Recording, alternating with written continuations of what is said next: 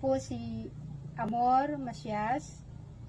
Edad ko po ay 45 years old na. May myoma po ako, more than 10 years na po ito. Nakapanganak pa po ako ng isa, pero sinabihan na po ako ng doktor na wag na. Ngayon po, na ang mother ko may ipinakilala po sa akin na may mga dalang gamot. At sa ngalan po ni Ma'am Alona Garnido, nakakuha po ako, nakapag-take po ako ng mga nasa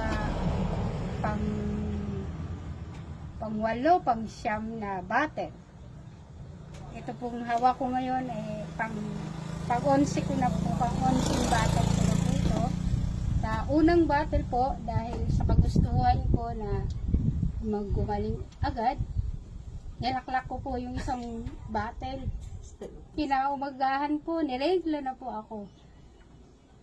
Siguro ba mga 7 days po ako niregla. At yung napansin ko po, hindi na masakit yung